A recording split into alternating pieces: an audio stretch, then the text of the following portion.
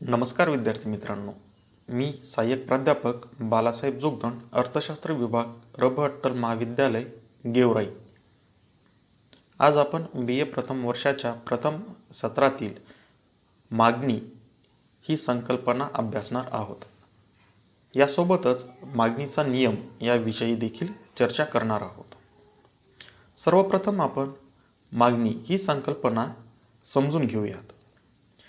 दैनंदिन व्यवहारामध्ये व्यक्तीची गरज किंवा इच्छा यालाच मागणी असे म्हटले जाते. परंतु अर्थशास्त्रामध्ये इच्छेला मागणी किंवा गरजेला मागणी असे म्हणत नाहीत. कारण इच्छा किंवा गरज पूर्ण करण्यासाठी आर्थिक पाठबळ हे आवश्यक असते. एखाद्या व्यक्तीने आपल्याकडे मोटारगाडी असावी अशी जर इच्छा व्यक्त केली म्हणजे त्या मोटारगाडीला मागणी निर्माण झाली असे नाही. तर या इच्छेला आर्थिक पाठबळ आवश्यक आहे. त्यासोबतच या आर्थिक पाठबळाव्यतिरिक्त त्या व्यक्तीची पैसा खर्च करण्याची मानसिक तयारी देखील असावी लागते. म्हणजेच केवळ इच्छा व्यक्त करून मागणी निर्माण होत नाही, तर इच्छा व्यक्त केल्यानंतर आपल्याकडे ती इच्छा पूर्ण करण्यासाठी आर्थिक पाठबळ असणे गरजेचं आहे. परंतु आर्थिक पाठबळ असून देखील आपण इच्छेचे रूपांतर मागणीत करू शकत नाही. कारण इच्छेचे मागणीत रूपांतर करण्यासाठी आपल्याकडे उपलब्ध असणारा आर्थिक साठा किंवा आपल्याकडे उपलब्ध असणारा पैसा किंवा आपल्या उपलब्ध असणारे जे आर्थिक पाठबळ आहे ते खर्च करण्याची मानसिक तयारी देखील व्यक्तीची असावी लागते. तरच एखाद्या इच्छेचे रूपांतर हे मागणीमध्ये होऊ शकते. त्यामुळे मागणीची जर व्याख्या करायची झाली तर सर्वसाधारणपणे असे म्हणता येईल की विशिष्ट वेळी, विशिष्ट ठिकाणी आणि विशिष्ट किमतीला एखाद्या वस्तूचे परिमाण विकत घेण्याची इच्छा आणि पात्रता म्हणजे मागणी होय. वरील व्याख्येवरून स्पष्ट होते की मागणी तेव्हाच निर्माण होते जेव्हा एखादी वस्तू खरेदी करण्याची तीव्र इच्छा एखाद्या व्यक्तीमध्ये असते. त्यासोबतच ती वस्तू खरेदी करण्यासाठी मुबलक पैसाही त्या व्यक्तीकडे असेल आणि तो मुबलक पैसा खर्च करण्याची मानसिक तयारीही असेल. या तीनही गोष्टी जेव्हा एकत्र येतात तेव्हा इच्छेचे रूपांतर हे मागणीमध्ये होत असते. अशा पद्धतीने आपण थोडक्यामध्ये मागणी ही संकल्पना स्पष्ट करतो किंवा करू शकतो. यानंतर आपण मागणीचा नियमाचे थोडक्यात विश्लेषण करूयात. मागणीचा नियम काय सांगतो तर वस्तूची किंमत आणि वस्तूची मागणी यांच्यातील परस्पर संबंध स्पष्ट करण्याचं काम हा मागणीचा नियम करत असतो.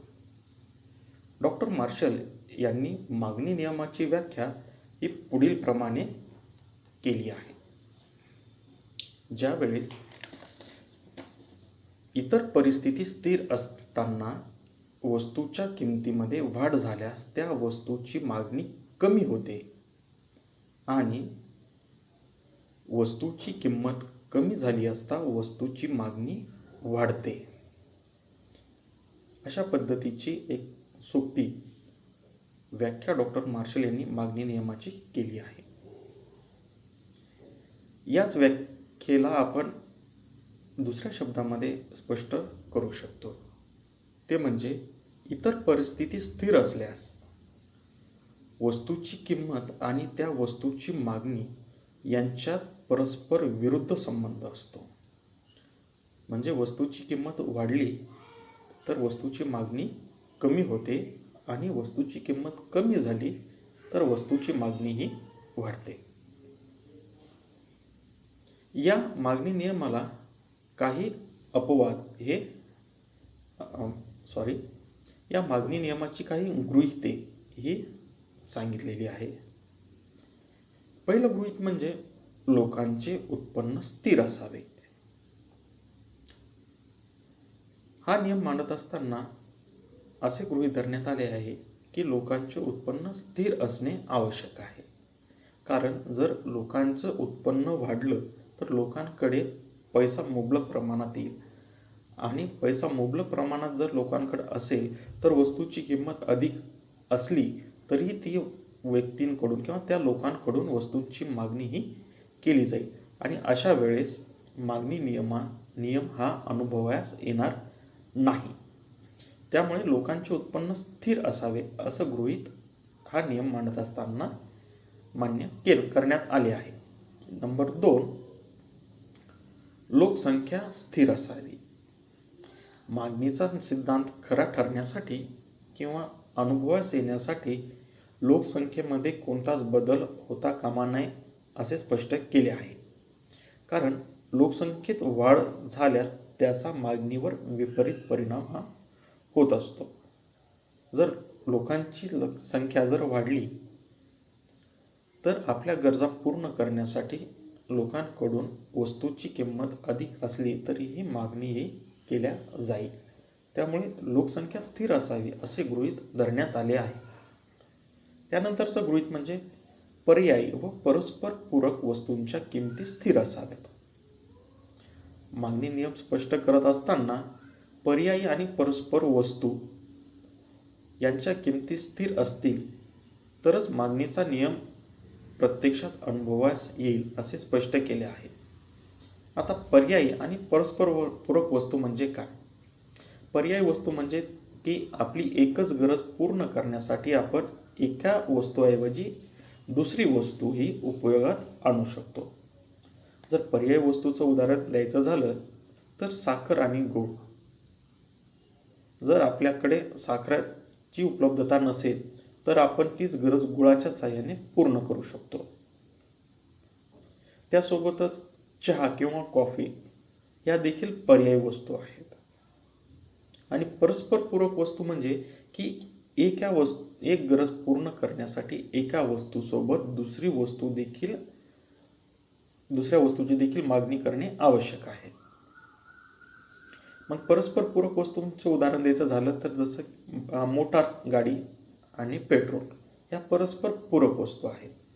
जर आपल्याकडे मोटार गाडी असेल आणि ती आपली चालू कंडिशनमध्ये ठेवायची असेल किंवा त्याचा आपल्याला उपयोग करता आला पाहिजे असं आपल्याला वाटत असेल तर आपल्याला मोटार गाडीच्या मागणीसोबतच पेट्रोल किंवा डिझेलची मागणी देखील करावी लागते. मग या झाल्या परस्पर आणि पूरक वस्तू. परस्पर पूरक वस्तू आणि पर्यायी वस्तू जर यांच्या किमती स्थिर असतील तरच मागणी नियम हा अनुभवास येईल. त्यानंतर अशा पद्धतीने आपण मागणी नियमाची काही गृहीतेही स्पष्ट करू शकतो. मागणी नियम अधिक स्पष्ट करण्यासाठी आपण पुढील उदाहरणाच्या साहाय्याने तो स्पष्ट करू शकतो. पुढील उदाहरणामध्ये जो काही तक्ता दर्शवण्यात आला आहे त्यामध्ये वस्तूची मागणी आणि वस्तूची किंमत ही दर्शवली आहे. वस्तूची किंमत ही 1 ते 6 रुपये पर्यंत दर्शवण्यात आली आहे आणि वस्तूची मागणी ही 12 ते 2 मात्रा यापर्यंत दर्शवण्यात आली आहे. समजा वस्तूची किंमत ही 1 रुपया एवढी आहे. अशा वेळेस वस्तूची मागणी ही 12 मात्रा एवढी असते आणि वस्तूची किंमत जर वाढून ती 6 मात्रा जर झाली तर वस्तूची मागणी ही केवळ 2 मात्रा एवढीच असते किंवा राहील. समजा 6 रुपयावरून वस्तूची किंमत कमी होऊन जर ती 3 रुपये एवढी झाली तर 3 रुपये किमतीला वस्तूची मात्रा ही 8 मात्रा एवढी असेल. म्हणजे जसजशा पद्धतीनं वस्तूच्या किमतीमध्ये वाढ होत जाईल तसतशी वस्तूची मागणी ही कमी होत जाते आणि वस्तूची किंमत जर कमी होत गेली तर वस्तूची मागणी ही वाढत जाते. हाच नियम आपल्याला अधिक चांगल्या पद्धतीने स्पष्ट करण्यासाठी आपण आकृतीच्या साहाय्याने देखील तो स्पष्ट करू शकतो. या आकृतीमध्ये अक्षावर वस्तूची मागणी आणि य या अक्षावर वस्तूची किंमत ही दर्शवली आहे. वस्तूची किंमत ही 1 रुपयापासून तर 6 रुपयापर्यंत ही y अक्षावर दर्शवण्यात आली आहे आणि वस्तूची मागणी ही 2 मात्रा ते 14 मात्रा इथपर्यंत दर्शवण्यात आली आहे. जेव्हा वस्तूची किंमत ही ₹1 एवढी असते त्यावेळेस वस्तूची मागणी ही 12 मात्रा एवढी केल्या जाते. आणि ज्या वेळेस वस्तूची किंमत ही ₹3 एवढी असते त्यावेळेस वस्तूची मागणी ही 8 मात्रा एवढी केली जाते. आणि जर वस्तूची किंमत सर्वाधिक म्हणजे ₹6 एवढी असेल तर वस्तूची मागणी केवळ 2 मात्रा एवढीच असते. या सगळ्यांचा जो काही संयोग बिंदू आहे हा एका सरळ रेषेमध्ये जर जोडला तर आपणास मागणी वक्र हा प्राप्त होतो. DD हा मागणी वक्र आहे.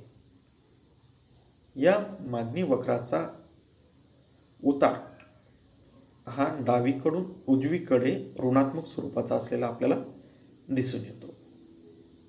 अशा पद्धतीने आपण उदाहरणाच्या साहाय्याने आणि आकृतीच्या साहाय्याने मागणीचा नियम हा स्पष्ट करू शकतो.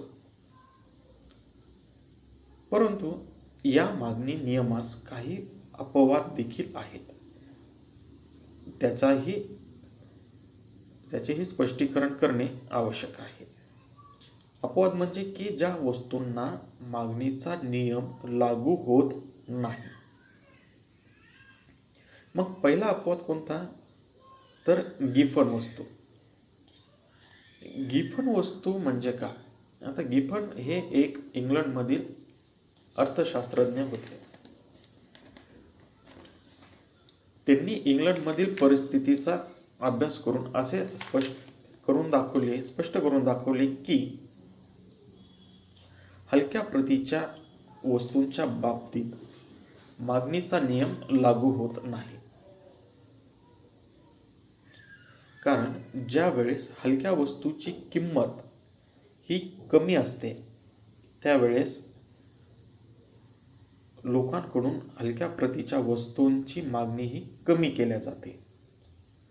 आणि ज्या वेळेस हलक्या वस्तूंची किंमत ही जास्त असते त्यावेळेस हलक्या वस्तूंचीच मागणी ही केली जाते.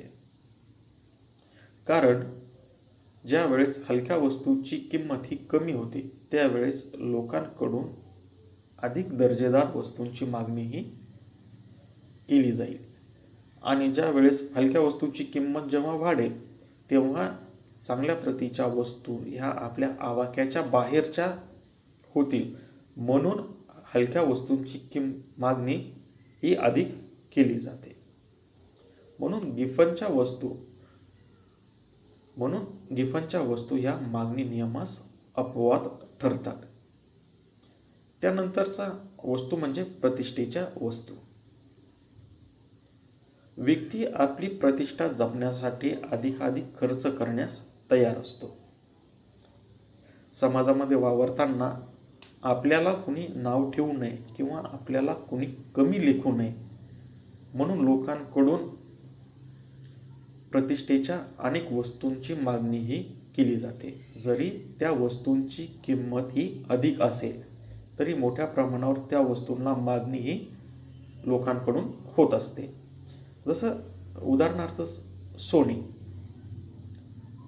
सोने हे प्रतिष्ठेचे लक्षण आज बनले आहे.